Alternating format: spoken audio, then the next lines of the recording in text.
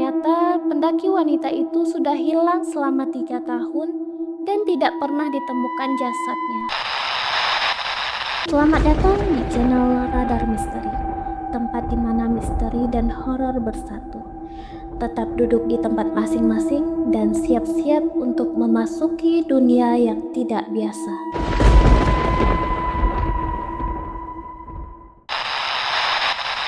Selain mempunyai banyak ribuan pulau, Indonesia terkenal juga dengan barisan pegunungannya yang membuat kita berdecak kagum dengan keindahannya.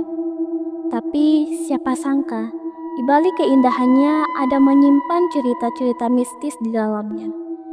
Buat kamu yang pernah mendaki gunung, kalian pasti pernah dong mendengar cerita-cerita horor dari para sesama pendaki. Atau mungkin kalian sendiri yang mengalaminya. Di video kali ini, aku akan menceritakan cerita horor pendaki gunung. Yang pertama, ada Gunung Argapura. Gunung Argapura ini berada di ketinggian 3088 meter dan berada di beberapa kabupaten di Jawa Timur, yakninya Probolinggo, Lumajang, Jember, Bondowoso, dan Situbondo. Gunung ini terkenal dengan penampakan noni Belanda yang kerap kali mengganggu para pendaki. Hal tersebut juga dialami oleh seorang mahasiswi pecinta alam dari salah satu sekolah tinggi di Jember. Dia bersama teman-temannya sudah mengeksplor gunung ini sejak pagi. Karena sudah merasa capek, mereka memutuskan untuk beristirahat di Taman Bunga Edelweiss. Sebelumnya mereka sudah diingatkan untuk tidak memetik bunga Edelweiss. Ketika mereka beristirahat, ada yang ngobrol, ada yang duduk santai, ada yang makan dan minum, ada juga yang memetik dan memainkan bunga Edelweiss. Seperti kebanyakan orang Indonesia lainnya, larangan itu adalah perintah. Meskipun sudah diingatkan, salah satu dari mahasiswi ini tidak mengindahkan larangan tersebut. Setelah selesai beristirahat, mereka melanjutkan perjalanan menuju puncak. Namun, 1 jam kemudian, mereka dapat gangguan. Gadis yang memetik bunga Edelweiss tadi yang semula berjalan lurus, tiba-tiba berbelok ke arah semak-semak. Meskipun teman-teman yang lain meneriaki dan mengejar, gadis ini tetap berjalan dan tidak menggubris sama sekali. Dia terus berjalan semakin jauh ke dalam hutan hingga teman-temannya kehilangan jejak. Semua teman-temannya ikut mencari. Setelah berjam-jam mencari, belum ada tanda-tanda di mana keberadaan gadis itu. Hingga malam yang sudah terlalu gelap dan minim penerangan yang membuat mereka memutuskan untuk melanjutkan pencarian besok pagi. Keesokan harinya, mereka kembali mencari dengan beberapa warga yang kebetulan mereka temui. Cukup lama mencari, akhirnya gadis itu ditemukan di jalan buatan Belanda. Dia terlihat lemas dan linglung pada saat itu. Mereka membawa gadis itu ke salah satu rumah warga yang terdekat. Setelah sadar dan tenang, gadis itu bercerita bahwa tiba-tiba saja dia digandeng wanita berambut pirang dengan paras cantik yang seperti noni Belanda. Gadis ini seperti dibawa ke sebuah kompleks perumahan orang Belanda. Gadis ini seperti diingatkan untuk berhati-hati ketika digunung oleh noni Belanda tersebut. Seketika badannya mulai lemas pada saat noni Belanda itu beranjak pergi, sebelum teman-teman dan warga menemukannya. Yang kedua, ada Gunung Merbabu. Gunung ini memiliki ketinggian 3145 meter. Dan gunung ini berada di 4 wilayah, yang mana lereng barat ada di Kabupaten Magelang, lereng timur masuk dalam Kabupaten Boyolali, sementara lereng utara berada di Kota Salatiga dan Kabupaten Semarang. Gunung ini mempunyai 3 jalur pendakian, yakninya Kopeng Tekelan, Jalur Wekas, dan Jalur Kopeng Cutel. Kejadian horor kali ini dialami para pendaki ketika melewati jalur Kopeng Tekelan. Pendakian ini dilakukan bersama 6 rekan lainnya. Sesampainya di posko 1, dia memutuskan untuk beristirahat sejenak sambil foto-foto. Karena dirasa istirahat sudah cukup, teman-teman yang lain sudah ingin melanjutkan perjalanan terlebih dahulu. Namun dia diberi kesempatan tuh sama teman-temannya untuk foto-foto dulu. Nah, setelah keasyikan foto-foto, dia baru tersadar kalau sudah terlalu jauh ketinggalan. Karena sudah tertinggal jauh, akhirnya dia menyusul. Di tengah perjalanan, dia ketemu sama seorang pendaki wanita yang mengaku sendiri juga ke puncak. Karena dia sendiri dan wanita ini sendiri, akhirnya mereka barengan ke puncak. Karena keasyikan ngobrol, mereka nggak sadar perjalanan mereka terhambat oleh cuaca yang sangat buruk. Mereka memutuskan untuk beristirahat dan bermalam di lokasi. Keesokan paginya, pendaki wanita itu bangun dan meminta izin untuk pergi ke puncak terlebih dahulu. Setelah beberapa jam pendaki wanita itu pergi, akhirnya dia juga bangun. Tetapi ketika dia bangun, dia kaget karena pas bangun dia sudah di tepi tebing. Tanpa pikir panjang lagi, dia pun bergegas membereskan barang dan menyusul kelima temannya yang udah ada di puncak. Di dalam perjalanan, dia melihat tas yang sama dengan tas yang dipakai oleh pendaki wanita itu. Tetapi pendaki wanita itu tidak ada di sana, hanya ada tasnya saja yang tergeletak. Pada saat itu dia berpikiran positif bahwa si pendaki wanita itu ke puncak tanpa bawa tas dikarenakan tasnya berat. Makanya ditinggal.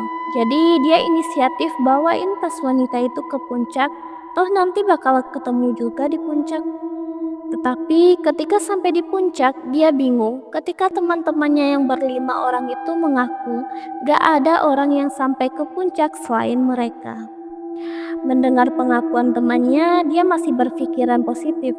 Jangan-jangan wanita itu menyerah, gak kuat sampai puncak, akhirnya dia memilih untuk turun meninggalkan tas karena berat. Setelah mereka menuntaskan segalanya di puncak seperti foto-foto, beristirahat sebentar, akhirnya mereka turun sekaligus bawa tas si wanita itu. Dengan niat, kalaupun si wanita itu nggak ada di bawah, setidaknya dia bisa mengantarkan tas wanita itu ke alamatnya, karena gantungan kunci tas itu mencantumkan sebuah alamat. Benar saja, ketika sampai bawah memang nggak ada pendaki wanita itu.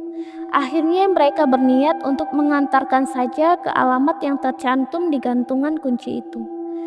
Alamat itu mengarah ke sebuah rumah yang ketika diketuk, keluarlah seorang ibu. Ketika mereka memberikan tas tersebut, bukan senyuman yang mereka dapatkan, tetapi tangisan dari seorang ibu. Sambil berurai air mata, ibu itu mengajak mereka ke belakang rumah. Ternyata di belakang rumah itu terdapat sebuah kuburan yang batu nisannya bertuliskan nama wanita itu. Ternyata pendaki wanita itu sudah hilang selama 3 tahun dan tidak pernah ditemukan jasadnya. Pasti kalian bertanya kenapa ada kuburan dan batu nisan. Kuburan dan batu nisan hanya sebuah tanda bahwa wanita itu sudah tiada. Yang ketiga ada Gunung Sumbing. Gunung ini memiliki ketinggian 3.371 meter dan ada di antara 3 kabupaten, yakninya Magelang, Temanggung, dan Wonosobo. Setiap gunung pasti ada pantangan atau larangan yang harus dipatuhi oleh para pendaki, seperti halnya dengan gunung ini. Salah satu larangan gunung ini adalah tidak boleh naik gunung dalam jumlah ganjil. Namun larangan itu tidak diindahkan oleh para pendaki kali ini, yaitu kumpulan para mahasiswa pecinta alam yang pada saat itu mau mendaki beranggotakan 11 orang. Saat mereka mendaki gunung, baru seperempat jalan, salah satu dari mereka ada cewek yang memiliki indera keenam yang bisa melihat hal yang tak kasat mata, menyadari bahwa anggota mereka bertambah 1, yaitu menjadi 12 orang.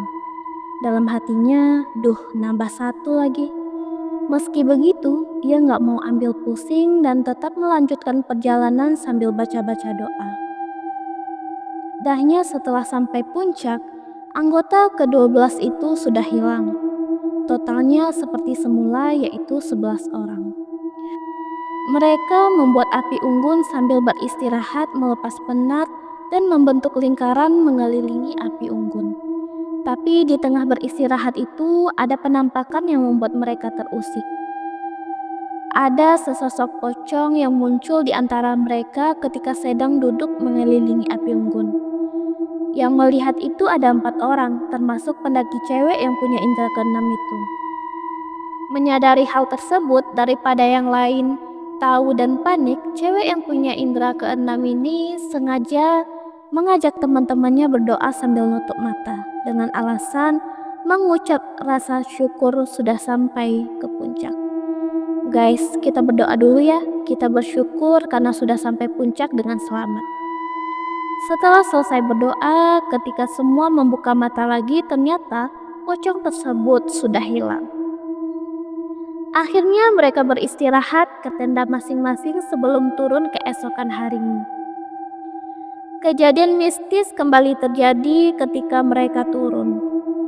Sesosok pocong yang tadi malam itu ternyata mengikuti dan mengawasi mereka ketika turun. Cewek yang memiliki indera keenam itu tidak menggubris kehadiran pocong tersebut. Tapi tiba-tiba saja cewek yang memiliki indera keenam itu melihat sebuah pintu besar dekat lereng gunung. Pintu tersebut sangat tinggi dan indah. Pintu itu dijaga oleh sesosok wanita yang berusaha memanggil dan merayu para pendaki untuk memasuki pintu tersebut. Tidak hanya cewek yang punya indera keenam itu saja yang dengar, tetapi ke-11 para pendaki itu mendengar panggilan tersebut. Cewek yang punya indera keenam ini memberikan arahan kepada teman-temannya, jangan ada yang gubris panggilan tersebut dan jangan lupa baca doa dalam hati dan percepat langkah kita. Diduga pintu tersebut merupakan portal untuk memasuki dunia gaib. Yang keempat ada Gunung Ciremai. Gunung ini memiliki ketinggian 3084 meter dan berada di antara Kabupaten Cirebon, Kuningan, dan Majalengka, Jawa Barat. Gunung ini memiliki pemandangan yang indah dan medan yang tidak begitu sulit yang menjadikan daya tarik bagi pendaki lokal maupun luar berdatangan. Seperti gunung pada umumnya, gunung ini juga ada penunggunya. Kalau kita datang secara baik dan sopan, dipastikan kita tidak bakal diganggu. Namun, kalau kita datang tidak mengindahkan peraturan yang ada, tentu para penunggu bakal marah dan balik mengganggu kita. Hal ini dialami oleh para pendaki asal Cirebon. Saat itu dia pergi bersama 3 temannya, berarti totalnya ada 4 orang. Mereka diganggu pada malam kedua saat mau turun. Mereka berada di salah satu posko tengah jalur pendakian Ciremai. Ketiga temannya tiba-tiba berteriak, "Gempa, gempa woi, gempa." Tapi dia tidak merasakan gempa. Malah dia melihat sesosok berjubah putih sedang terbang di atas ketiga temannya. Gak sampai di situ, gangguan juga mereka alami keesokan paginya. Mereka disesatkan saat turun. Yang biasanya turun itu cuma butuh waktu 1 jam, ini udah 6 jam perjalanan masih belum sampai bawah. Mereka memutuskan untuk duduk sejenak, tenangin diri dulu. Mereka tutup mata sambil berdoa agar dipermudah jalannya.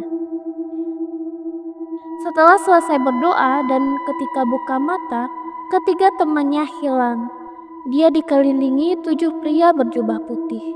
Dia berusaha untuk memohon maaf agar dia dan teman-temannya jangan diganggu.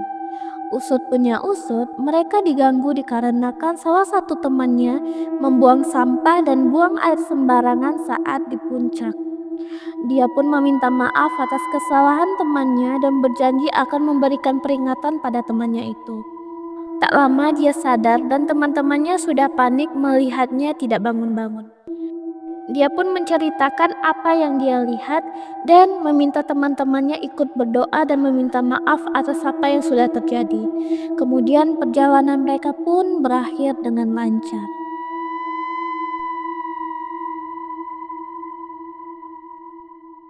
Cerita tentang penampakan yang disebabkan oleh aturan yang dilanggar oleh para pendaki biasanya akan menyebar dari mulut ke mulut. Cerita mistis seperti ini memberi kita pelajaran bahwa kita perlu menghormati tradisi dan aturan yang ada dimanapun kita berada, termasuk saat sedang di gunung. Bagi kalian yang mau berbagi cerita horor, silahkan kirim ke email yang ada di description box.